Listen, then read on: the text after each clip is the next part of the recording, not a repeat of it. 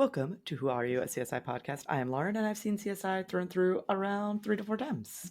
And I'm Nick. These are my first times experiencing these episodes. And today we are reviewing Season 3, Episode 1. Womp, womp, womp. Revenge is best served cold. Original air date is September 26, 2002. Director is Danny Cannon. Writers are Anthony E. Zeiker and Carol Mendelsohn. This we is begin. A weird play on a title, I feel like. We'll come back around to this at the very end of the episode, basically. Yeah, okay. It comes up at the very end of the episode. Yep. So we start with multiple shots of the Vegas Strip. I am very interested in the Vegas score for this episode because I feel like they did so many intercutting scenes of Vegas in this episode that I am predicting a high Vegas score. Yeah, do you want to know how many they did? Yes, I do. I know, 8. Like I didn't count, but I kept looking up and being like, oh, that's another shot of Vegas. Again. Oh, and that's another shot of Vegas. All right. So some funny things about our Vegas score. So first and foremost, we maxed out 55 LV score. Whoop whoop. They're coming in hot season 3. If I counted it all up, I think it's in the 60s. But we cap it out at 55. But we cap right? it. Yeah. I actually am not sure. There may be a scene that I didn't even bother writing down because we were already topped out. But opening up, we actually had 3 scenes in 15 seconds at the start of the episode. Okay. Which is itself a lot. It would be like a 20-something Vegas score. Right. Just on its own. Itself. And then we're like in a casino. Starting there. And there's a lot of other very Vegas-y sets. Yes. That I would oftentimes give like some bonus points for.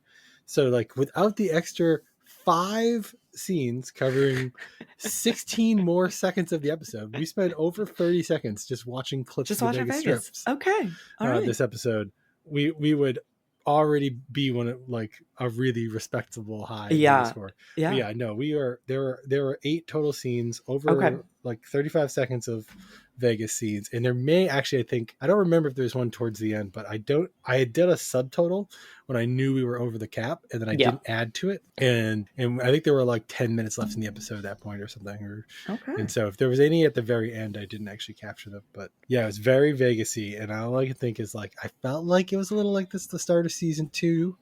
Like they got new people watching the show, they want to, it's Vegas. They want you to know you're in Vegas, and they want to like drum it up. Yeah. So yeah. All right. So we maxed out no scenes of Miami in this episode. Crazy. Yeah. They just dropped. We did a short detour to Miami, and then we left it behind. Retire the Miami score for now. Yes. We'll bring it back if it becomes pertinent later. Yeah. I mean, we might end up reviewing Miami. We'll see. We're only in season 3 of the original CSI. We have plenty. And my suggestion is going to be the next series should be CSI New York, because I actually enjoy CSI New York. I've had a hard time getting into CSI Miami, but that might be fun because then like there's going to be episodes that neither of us have seen for CSI Miami. I was like, this is what I should do is I should on the side watch CSI Miami 3 or 4 times. So you can be the expert, and I can be the I don't know what's happening. I have no clue. I don't have that kind of dedication in my life. It's a lot. It's many things. So I don't know. I think we determined that it has 10 seasons. So really? Like it's and I think it's a similar thing where it's like 23 episodes per season. So even some of my favorite shows of all time, I have not actually watched 3 times.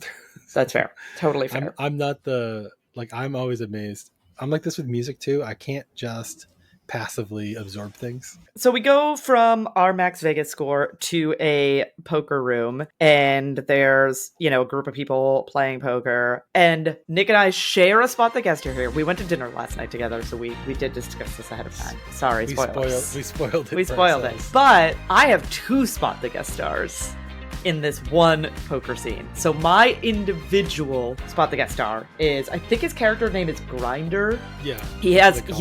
He's only in this like one, other than when Grissom's looking at like videos.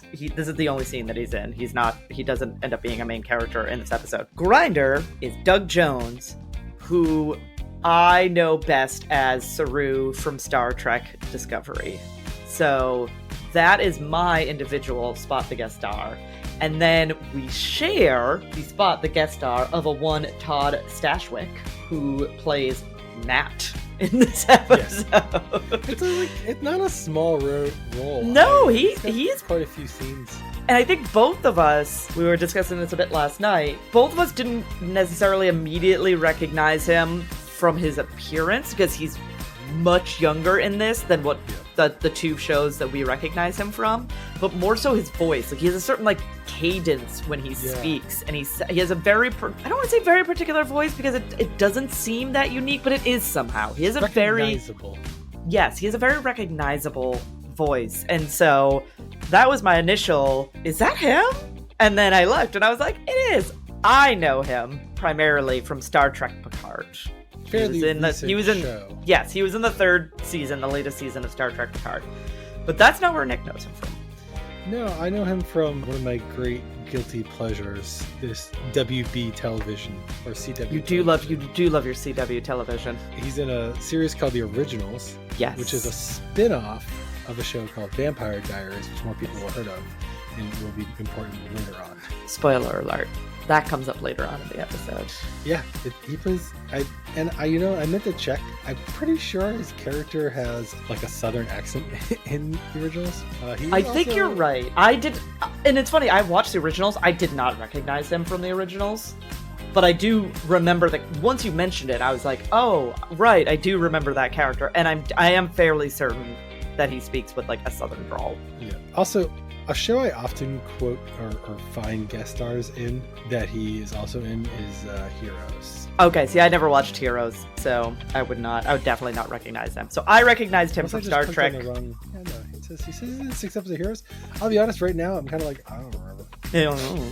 That's what I mean. Like, but I. So Nick remembers him acutely from the originals. I remember him I recognized him from Star Trek Picard. So we have 2 spot the guest stars, but off the bat, right? Right off the bat, like we like Scenes of Vegas spot the guest star. This is like a wham bam as we start this episode. So they're going around, they're placing bets, people are folding. Todd goes all in.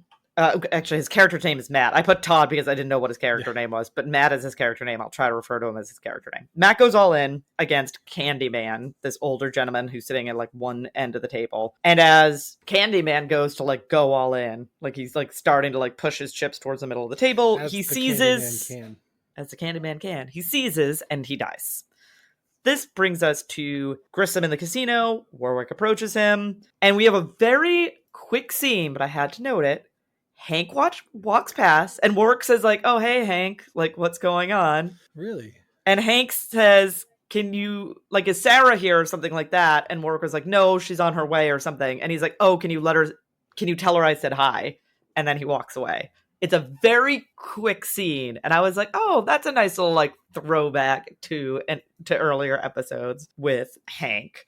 And then Hank gets brought up later. Spoiler alert, this is a terrible Greg Sanders episode. Yes. I'm trying to think why he was... he's an EMT, right? Yeah, he's like a rescue worker EMT. So Jim Brass is on scene. He's letting the team know that they're not just like treating this like some random heart attack. They're treating this as suspicious circumstances. They go to like flip the cards to sort of determine who would have won. And then like the final card that's flipped is the death card. Ace of Spades. Ace of Spades. I've never heard it called that before. I played poker for a little while years and years ago. I am not a poker fanatic by any stretch of the imagination. So it's just not really my deal. You think that's maybe like a tarot? Like, is there like a tarot mapping? I don't think so. Yeah. I don't know. But the death card leads us into credits. We then visit our second crime scene. Nick and Catherine are out in the middle of the desert. The victim has a gunshot through the cheek. They're thinking that the body was dumped because there's not like a pool of blood underneath. And yeah, so that's kind of like our initial thoughts on our desert on this little like strip of land that they're on. We go back to the other crime scene. Sarah finds a green candy. Grissom wants her to like bag it up with all the other ones. Jim Brass is with Matt. He's like freaking out about winning the poker game. He's like, I beat him, he forfeit, like I deserve this. What does Sarah, she says something about like the green M&M, like, you know what they say about green M&Ms? I have no idea. No, what do they say? I don't know what they say, and I didn't Google it before this episode because I did my second watch through this morning. So I was afraid what I might find out. Oh no. Right, like, is this going to make it a not safe for work podcast here? I was like, what do you mean? What they say about the green M&M? Like, what do you mean? Like, I don't know. I mean, the green M&M is the female M&M, right? It wasn't in 2000, right? 2003 or whatever. Maybe you're right. I don't know. Let us know, listeners. So we're kind of like jumping between Jim Brass with Matt and the team investigating the scene. Warwick finds what they think is urine on the chair. For some reason, Sarah's the one that has to take it back to... Oh, Nick found out what green M&Ms mean. Breaking news. Breaking M&M news. Okay, let's go. News. Okay. In the early 1970s, rumors began circulating at university campuses that green M&Ms were an aphrodisiac. Oh. Which is exactly the tenure of her comment. It is the tenure of her comment. I have never heard that in my entire life. I was not a college student in 1970, so that's part of why. Neither of us existed in 1970, so... I don't think... I wasn't even a concept, I don't think. I don't even know if my parents had met at that point. I bet you Anthony E. Zeiker was a college student in 1970. Yes. Or Carol Mendelsohn, but probably Anthony E. Zeiker. So, all right, well, good to know. So now, don't let us know, listeners. We know. So... yeah, Sarah somehow gets tasked with having to take the chair back to the lab, the urine-filled chair. And this leaves Warwick and Grissom to have a little bit of a conversation. We learn that Grissom used to, play poker to, fund a body farm. And, he played it because it's a game of observation, but he got bored and bored of observing people, and now he observes evidence instead. I was in college and I used to finance my first body farm. That's like an establishment. That's not that didn't make sense to me either. $1,000. I needed to acquire cadavers. I needed to have security. I needed to have land. You know what I mean? Yeah. No, this also made zero sense to me whatsoever. Grissom is then with Doc Robbins. We learn that the victim, Doyle, did not die of a heart attack, but he is showing signs of lead poisoning, and he has a bullet in his thigh, so maybe the bullet was leaching lead into his system. We'll 100% come back to this. Grissom is then watching video of the poker game, and he sees Lita using eye drops. Very important. Sarah's then with Greg Sanders. We learn that the victim drinks whiskey sours, which, they're all right. Wouldn't be my go-to drink. It does come back later. It does come back later. And then Greg Sanders tries to blackmail Sarah over Hank. He tells her that he won't tell Nick and Warwick about Hank if Sarah tells him what Hank has that he doesn't have. Because he's not taking rejection well. Learn how to take rejection well. Sometimes people aren't interested in you, and that's just how it goes, and you just have to accept that. Yeah, especially in a professional environment.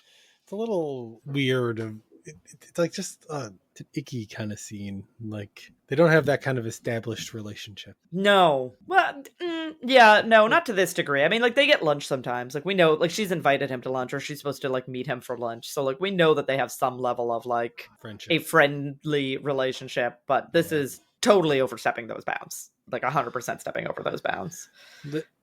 I like to think that there is a deleted scene out there where she does tell Greg everything that she doesn't like about him. But it was so long that they had to cut it. They had to cut it. Yeah, that scene just didn't make it out of the cutting room. We needed a 1 hour episode. Yes. But Sarah gets the results from the drink, so that brings her to Warwick and Grissom. We learn that the drink did have one of the components of eye drops, right? One of the I couldn't pause it at a right time to get the actual name of it down, but they're basically death by eye drops. But Grissom does point out that Lita, who was using the eye drops, was the last person to sit and also never left the table. So when would she have been able to get eye drops into his drink? Because she was the last one to sit down and she never left the table. So they're yeah, she had eye drops, but how would she have doped him with them? Is the scene with Greg and the eye drops later on? Yes. I have a note of it because I knew that you would like it. So I very purposely, I know exactly what scene you're talking about. We're going to get there. I didn't realize they talked about them so much before that scene. Yes, they mention them quite a bit. Catherine is then with Doc Robbins. We learn that their victim is Jace Felder. Cause of death, unsurprisingly, gunshot through the temple. But his eardrum is also gone. His eardrum is blown. And his clothing has a gasoline smell. And he has, a seatbelt or, strap bruises on him. Yeah, I thought this was weird, couldn't make that connection quickly. I think this is definitely one of those ones where you're for the audience. It's for the audience, yeah. So this brings us to Nick back out on the landing strip. He finds skid marks. C finds a rear view mirror. This leads them to believe that they were street racing. So the reason that this body is like out here in the middle of nowhere is because they were street racing, and that's what brought them out to the area. So Nick and Catherine return to Vegas, but they're on the Vegas Strip where like all these like decked out cars and music's bumping and people are like chatting, and they go to talk to one racer, which is another Spot the Guest Star. And this is, oh, he's not listed on the first page. Oh, buddy, I'm sorry. I have to go to the full cast. Walter Jones. Okay. Yes, Walter Jones. And his credit in this episode is Street Racer. Yep. Both Nick and I know him as the Black Ranger from Power Rangers. The Black Power Ranger. The Black Power Ranger. Do you call him? Is he called the Black Ranger? I think he's called the Black Ranger. Yeah, I guess I don't call them. Well, they do call themselves Power Rangers, but they don't call themselves. Yeah, let me go to his IMDb, but I think that's Color Ranger. Yeah, 'cause that was his title in that is also Zach Taylor. So Zach Taylor, but also the Black Ranger is his title. And I don't know how far apart He looks great. Show is. He looks almost exactly. The same. I was watching this I was watching this with my partner, and I was like, "That's a Black Ranger," and he was like, "There's no way that that's him," and I was like, "It is 100% him." And then I went on IMDb, and I was like, "Wham!" So I do not remember what color Power Ranger he was. Oh, I did. I was like, "That's the Black Ranger." And then I was like, I don't know. I feel like, okay, it's a little racist. It's definitely a little racist. But like at the same time, I was like, I don't know how I forgot that.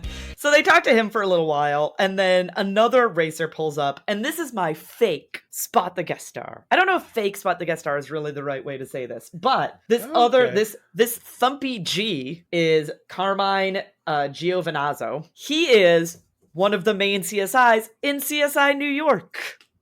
Oh, okay. So that's how I know him, but I feel like I can't count count that as a Spot the Guest Star because how I know him is also CSI. Yeah. So it's my fake Spot the Guest Star, but I was like, oh, but it's not the same character. No, he plays a different character. Definitely does not play Thumpy G in CSI New York. You know what I mean? So like, I think that's fair. That's a fair Spot the Guest Star.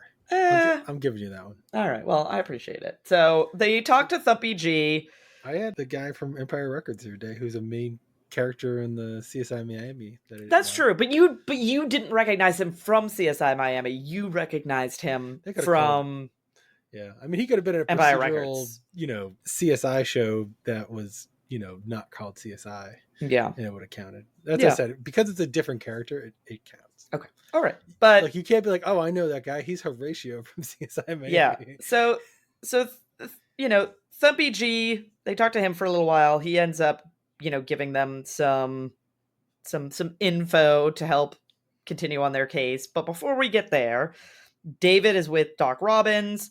There's a new turbo saw that they're going to use to, open the skull, access the brain. And as they're doing that, Doc Robbins just splatters David's face with blood. And David's in disregard for safety. David's response is to just put his shield down, not go wash his face. Evidently no concerns for bloodborne illness. I wrote David Blood WTF in my notebook. Yeah. I was like, I couldn't believe... it's comic relief. Yeah. Oh, 100% it's supposed to be comic relief, but it's like the way that human beings would react in this situation for real compared to what happens in this show is so far from the truth that it's just they would have a medical rinse there, and if not, and if not directly in the morgue, then definitely in the lab where they're working with chemicals and stuff. They would have one of those rinses. Not even gonna say oh, here's a dead body. We don't know what diseases or illnesses this person had. Nope. How about the fact that it's a dead body? We don't know what's been growing on it for the last so long. You probably need some antibiotics or something.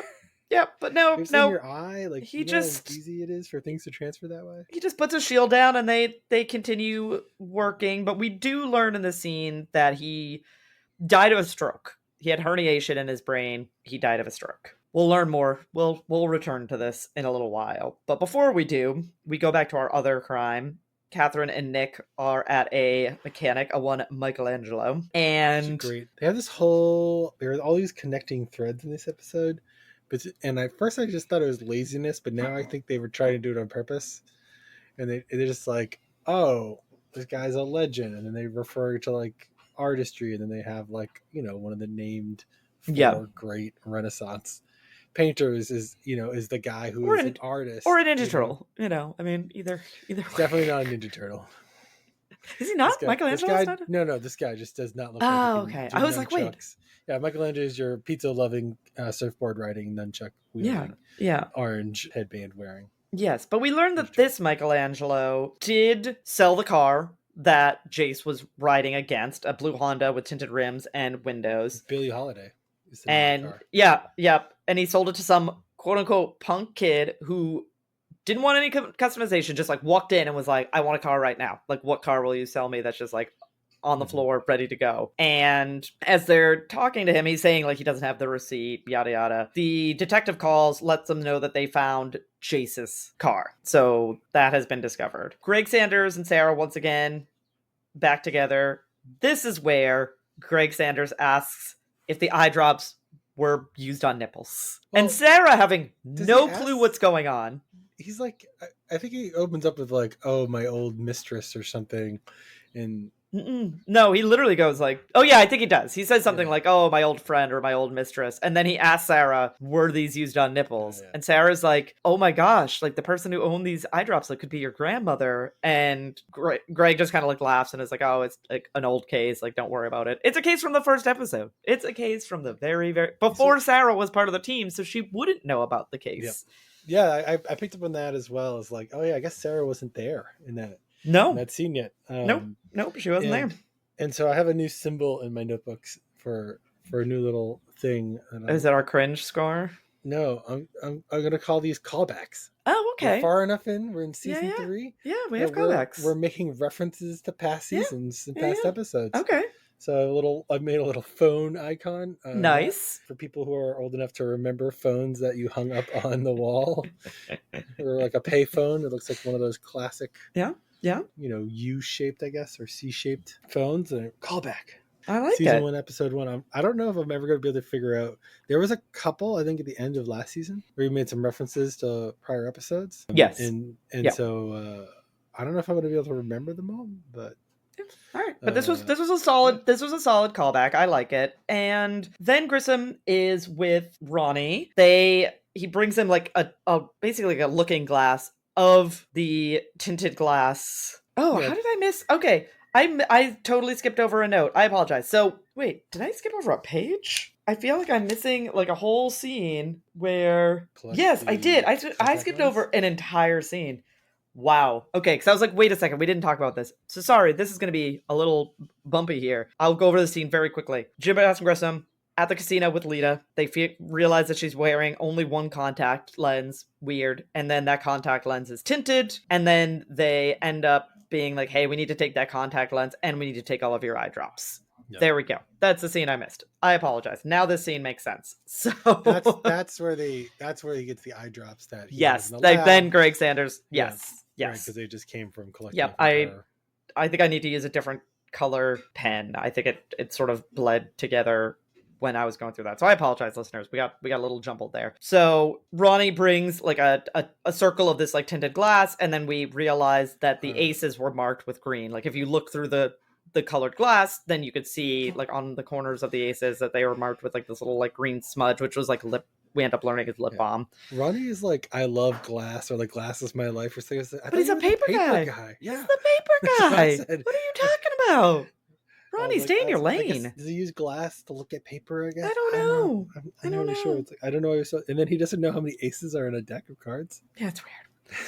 But Sarah enters, and we learn that the eye drops in the drink are not Lita's eye drops. They're like not the same composition, so none of Alita's eye drops matched the eye drops that were pulled from the victim's drink. Grissom and Warwick are then with a server. Jim Brass is with Matt. We learn that Matt tipped the server like $1,500, and she admits that she was like baiting the two poker players, right? Like she was trying to like play them against each other so that she would get tipped more as a result. Grissom ends up kind of wandering off and like watching a bartender We learned that the ordering process is like completely computerized.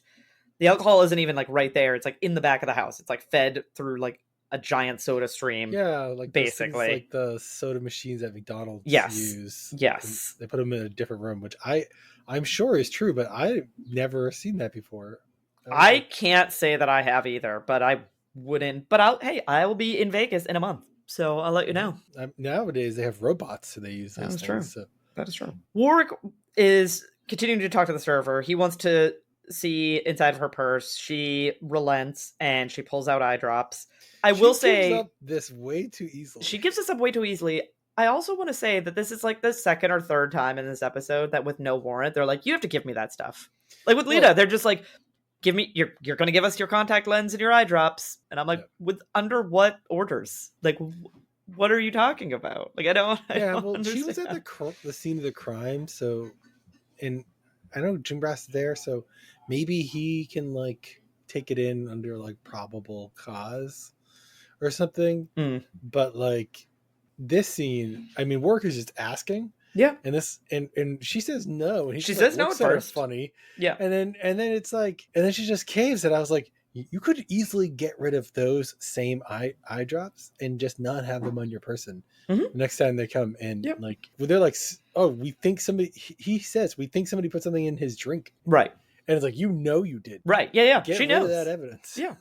Yep. But we leave this thread for a bit. We return to Nick and Catherine. They're examining Chase's car. They find blood everywhere inside the car. Blood is just all over the place. So they're like, yep, this seems to be like crime scene. Yeah, at first I was like, what? Of course there's blood everywhere. I was like, all right, they didn't find the body in the car. No, they did not find the body. The body was just out in the middle of the desert. Yes. Where there was no car to be found. And I was like, all right. Yes. I got to remember that. Like, they didn't have the context. They did not. No. The car for sure.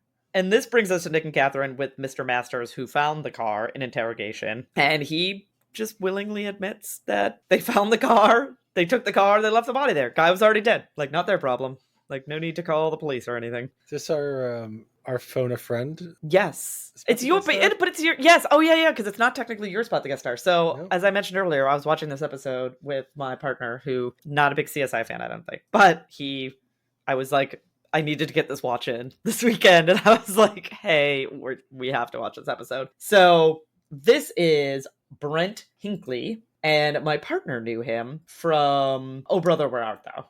Yeah, he's one of the three main guys. The other one being George Clooney, and the other one being someone whose name I don't know. But he's in a lot of things. If you go to his IMDb, he is in. Oh, I guess I recognize him from that as well. He's in Silence of the Lambs. He's just been, he's just one of like those guys that's just in a ton of different shows. So we're not going to count this as a actual spot the guest star because I did not recognize him. I did end up recognizing him once my partner pointed it out. I was like, oh yeah, that is that guy.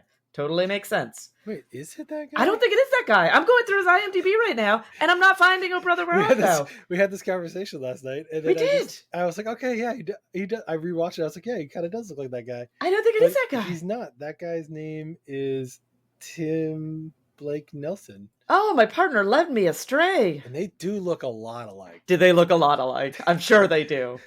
Like, because he does, like, I'm like, oh, I was like, yeah, that's totally him once he said it to me. Like, enough that if you were to tell me they were related, I would believe you. Yeah. So this is very much not a spot the guest star, but this Brent Hinckley is in a lot of things. And now that I'm looking through his IMDb, I'm like, oh yeah, I do remember him from this. And like, oh yeah, I do remember him from that. So he's definitely that guy. He's been in a lot of like procedurals and a lot of, things like that. So it's not the guy we thought. Looks a lot like the guy we thought. So there's our fake spot the guest star for the episode. So yeah, again, he admits to finding the car. They took the car. Guy was already dead. They left him there. But Detective Lockwood approaches Nick and Catherine and lets them know that he got a name from the check and it belongs to Tony Del Negro.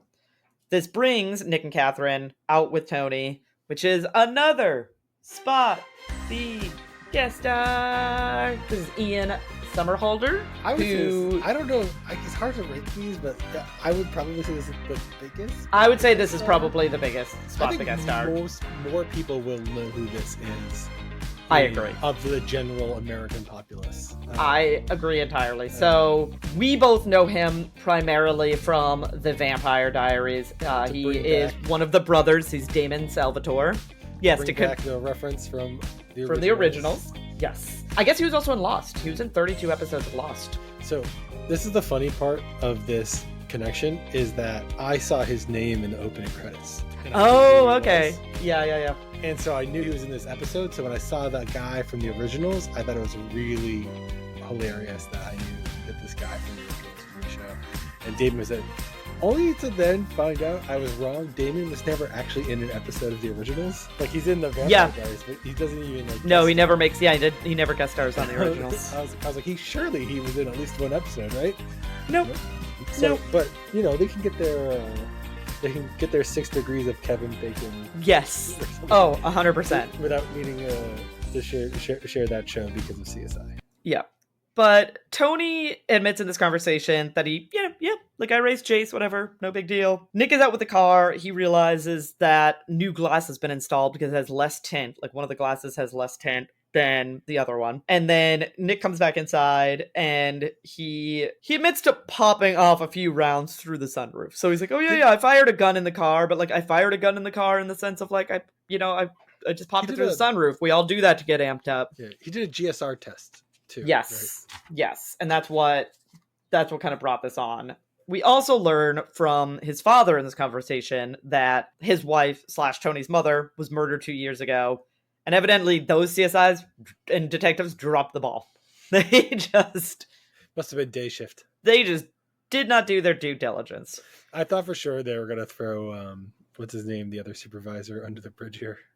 Oh, Eckley? Eckley, yeah. Yeah, it was going to be some like, oh yeah, this, and then Eckley, didn't think it was important enough. Because like that's kind of like his MO is like politically motivated. He is very politically motivated. Whereas Grissom is very much about you follow every case. Yeah. Follow the evidence. Yeah. Work and Grissom are then with Greg Sanders. This is where we learn that there was reverse suction with the eye drops. So there's some of the whiskey sour in the eye drops, and there's some eye drops in the whiskey sour. This is the worst CSI scene of the whole episode. It's a rough scene. 2 things. One, if she's putting drinks like these into more than one person's drink, who knows what compounds are in these eye drops? Yeah. You're going to parse out like a little bit of what like citric acid for lemon and what for whiskey, like a little bit of alcohol. Like, I don't know how you get to whiskey sour from trace amounts in this. Yeah. Maybe it was in the nozzle and she hadn't used it since then. But I was like, okay, they want to make this connection. They need the story. But I was just like, there's just no way this would stand up in court. This could have been any other whiskey sour too, not just the dead guys. Yep. Grissom is then looking over drink orders. Sarah enters, and Grissom points out that the last round that the server ordered, she ordered the drinks in the wrong order. You're supposed to order them, because it's like computerized, because there's a system, you're supposed to order them in like a very specific order. And she ordered the whiskey sour first when she technically should have ordered the whiskey sour last. Yeah, I don't know why this drink order is a drink order. Maybe it's based on the way the computer screens are set up. Maybe it's based on the time it takes or whatever. But they make a big deal out of it that it's a thing. Yes. And then because it's important, because then they leverage the order as evidence. Yes, later. Which they leverage it in the very next scene where Grissom and Jim Brass are talking to the server, and she cops to it. This woman really needs a lawyer. Like, she just is giving over evidence. She's just copying to things, and she admits that the victim was a stiff, and she tried to give him diarrhea. So she's like, fine, like, you want to charge me for trying to give him diarrhea? Like, knock yourselves out. But, like, I did not kill him. Her defense is, like, if you were to hit a pedestrian while speeding, and be like, well, if you want to arrest me for hitting somebody will speed, you gotta arrest everyone who speeds. You know what I mean? Like, yeah, it's like we're all out here poisoning people, so yeah, if you want to arrest me, arrest everybody. And yeah, we're still gonna arrest you. Yeah, it's not again, just get a lawyer. It was not a good argument, but we never really learn if she's charged with anything or not. That's like the end of talking to the server. We never I assume the answer is no. I assume the answer is no as well. They didn't That do is a my good job of telling you what They is don't. going on. They don't. Grissom, Warwick, and Sarah are with the tox results, and they are surprised that he had massive amounts of lead in his system, and the bullet would not have been enough to account for how much lead is in his system. Yeah, I don't. I forget the spot. There was like a spotting thing. I forget what they call it, the terminology they use, but the implication is like we thought he had X amount of lead in his system, and we didn't know if the bullet could produce that much lead. And then combined with the eye drops, it could be a dangerous situation to have a heart attack. But the way that I think they're trying to tell you in the scene is like he had like 10x the amount of lead in his system. And so it's like this was like an inevitability. He was gonna die. Like he was gonna die with like not having this addressed how much lead he had in his system. And it may not even really have been. It may be hard to prove that it was explicitly the addition of the eye drops that caused it. That really meant like really mattered. Yeah, like, maybe it would have happened 30 seconds later.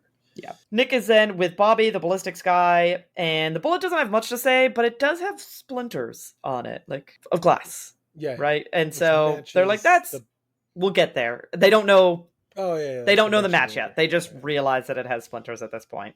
Right. This is the original bullet. They pulled it out of the door or something. Yes. Okay. Or, I think so. Grissom, Warwick, Sarah, and Greg Sanders, for reasons I don't know, are going over the video of the poker game. And at this point, they're not trying to find eye drops. Like, they know the eye drops. Now they're trying to find lead. They're like, who was, like, who was... And to me, I was like, he could have been lead poisoned anywhere. Like, what? How are you going to find him being lead poisoned? Lead poison isn't this fast-acting thing. No. That's what I was like... He could have an angry wife at home that's slowly trying to kill him. Like, how do we know? I'm pretty sure the eye drop was full of liquid. Well, not to be full of liquid lead, but like lead-based, like powdered solution that you would probably still be fine for a couple days. Yeah, I thought this was a weird scene, but it's okay. And then Catherine and Nick have a little walk and talk. Catherine had looked into Rita's death, and the suspect was Jace, but he was never charged or convicted. They walk into Bobby. He is firing a test shot through two panes of glass to mimic the two windshields of the side windows of the car, and it does match the splintering that is on the bullet that they pulled out of the car. So this is where a fairly lame matchy happens. It took me a minute to realize that the windows were two different car windows and not through one window and not the other. Yeah. Because I was like, wait, how did they find the bullet if it went through both windows? Yeah. I was like, oh, no. It's the driver of car one. Of, what's the... Tony's car. Yeah. He shot through his pane of glass, and which is why he had a different tint. Yep. And then he shot through Jace's pane of glass, which was already missing. When they found it. This leads to, in my opinion, an entirely unneeded scene where evidently they just want to spend money. So Catherine and Nick go out racing. That's there's no need for this scene. There's no need for them to do this. There is no need for them to do this. I have a love-hate relationship with this scene. I love it because it's so over the top. It's so over the top. It is so over the top. She's like, well, we know, or whatever. Now let's see if the driver could make the shot. I was like, first off, he could make the shot. Right. And you can't recreate this person's skill set. Right. Or whatever. It's a straight line. You could just draw it on a piece of paper and know that it was possible to make a shot.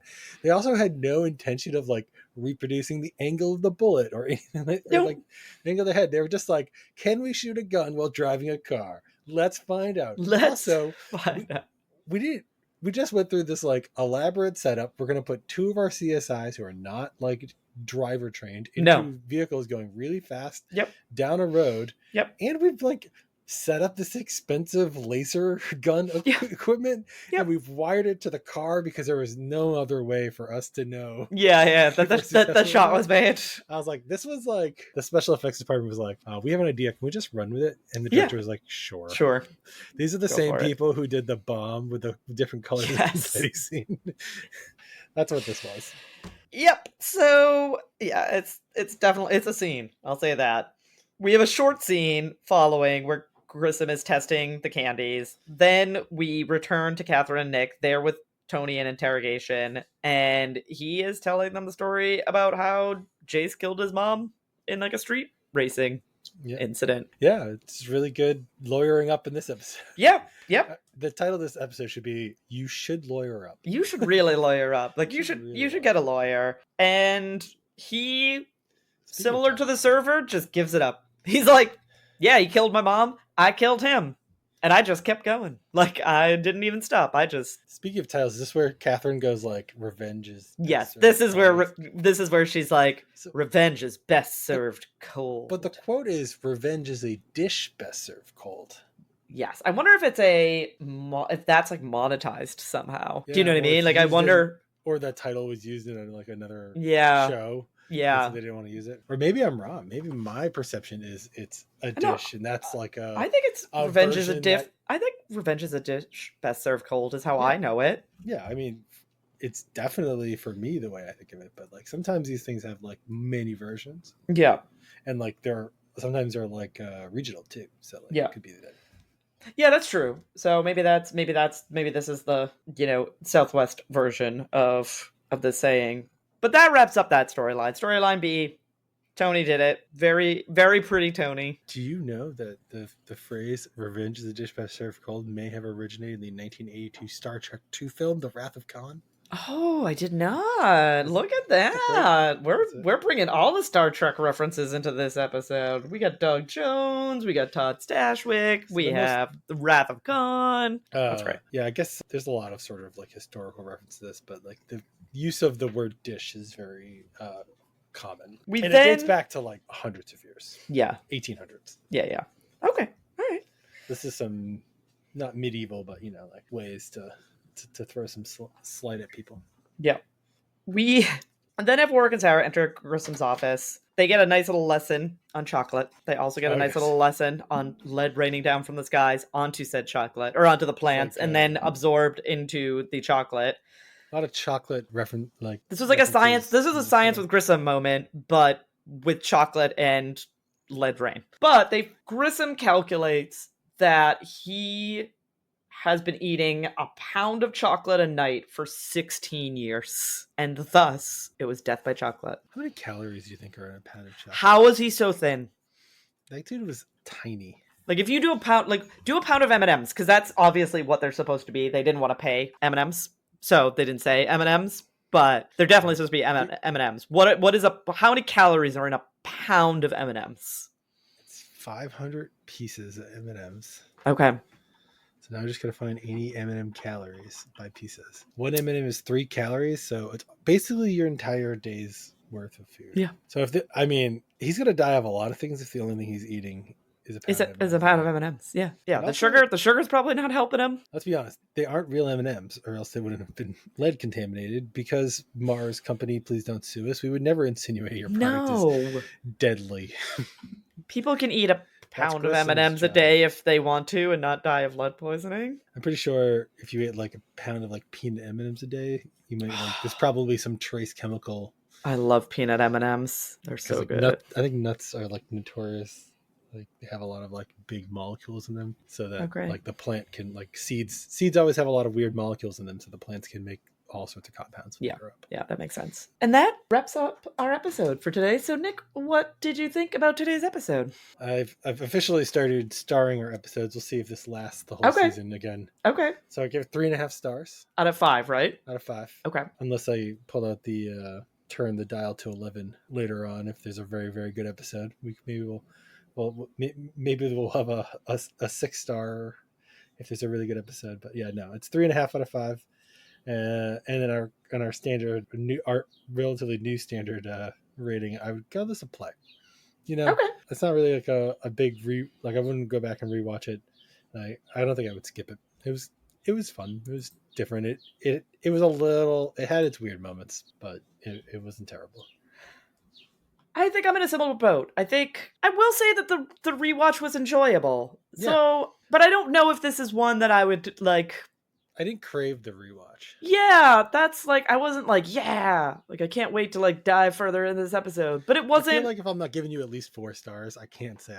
I think that's fair. Yeah, rewind. I think overall it was an enjoyable episode. The entire cast was involved. 2 different crimes, and other than Greg Sanders, most of the cast looked decent, right? It wasn't like the season finale where like everyone ended up sort of looking terrible at the end of it. Everyone in this one like looked pretty normal, other than Greg Sanders. Poor Greg Sanders just really dialed his character back for reasons that I'm sure the actor didn't enjoy. But yeah, I think it was fun. Like, it was a fun episode. It was like quirky in some ways, which I enjoy about CSI. So, you know, I mentioned it earlier that like the writing, I was like, I couldn't tell if it was lazy or clever. There were a bunch of things that they would like mirror. So like one of the ones that I picked up on was like when they had like the brain in the lab, they're like, oh, it's the brain of a legend. Yes. Right. They're talking about like how and then the guys like gamble Todd's character Matt is like, do you know what it's like if you beat a legend? And then at the very end, the Ian Sommeyer's character Tony says the same thing, right? About they talk about being legends and stuff. Yes, about Jace being a legend, and he was like, no, he wasn't. Legend. He was like nobody, right? Yeah. And they, but that wasn't the only thing. There were a couple other things I picked up on the rewatch, and I was like, oh, that's like, I thought it was weird they were using this. And I was like, they're actually doing a lot of this, and it was like they would cut between storyline A and then storyline B, and then use like the same reference. And I was like, they're definitely doing this on purpose. I don't know if it landed every time as well. Yeah. But you know, I have to give some credit there, you know, and so it makes me. I think if I was tuning in to watch this show for the first time, my friends were like, I love CSI. It's a really good show. You should check it out. And it's like season 3 starting out. You don't really need to watch any other. Like, you don't need to get caught up. You know, just tune in and watch it. I watch it. I'd be like, I have a really good idea of the show's about. Yes. Yeah, I think this episode makes sense as the first episode of a new season to help like reestablish the show and the characters, and sadly reestablish Greg as a terrible character. But he doesn't wasn't like.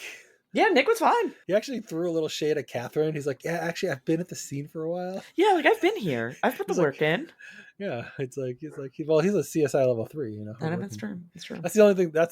I'm glad they didn't do that. They didn't be like Nick Stokes, CSI level 3. Like, reintroduce everybody. Yeah, they didn't go to that extreme. But I think this is a solid first episode of a new season. I think it was fun. I definitely wouldn't skip it for sure. And then I guess maybe I will start ranking them out of 5 as well. I did not know of this new system, so I did not do this, but maybe it'll be fun to compare what our rankings are as we continue moving forward. I mostly did so I can keep track of which episodes I thought were the best and the worst. That's fair. Yeah, so when we do our recap, it makes it a lot easier. It's hard to remember 20 episodes ago. Yeah. Well, we'll see what we rate the next episode when we return next week with Season 3, Episode 2, The Accused is Entitled. In the meantime, you can support us on Patreon. Go to patreon.com and search for Who Are You, a CSI Podcast. You can also find us on Facebook, same way. Who Are You, a CSI Podcast. We're also on Twitter /X and Instagram at Who Are You, CSI Pod. And you can also email us at whoareyoucsipod@gmail.com. And thank you. One of our listeners sent us a fantastic email this past week. And cool info in it. So much cool info in it. So thank you so much, Lucia.